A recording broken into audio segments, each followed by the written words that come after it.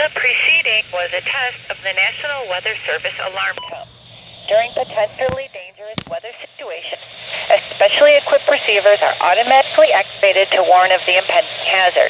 Tests of these receivers by the system are normally conducted by the National Weather Service every Wednesday between 11 a.m. and noon.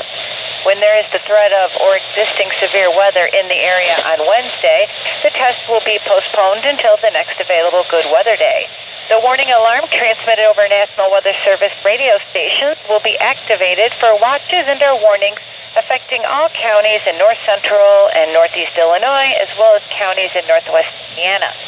Reception of this broadcast and the alarm tone will vary at any given location.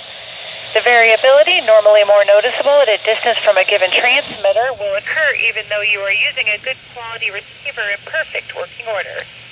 This concludes the tone alarm test. We will now return to our regular program.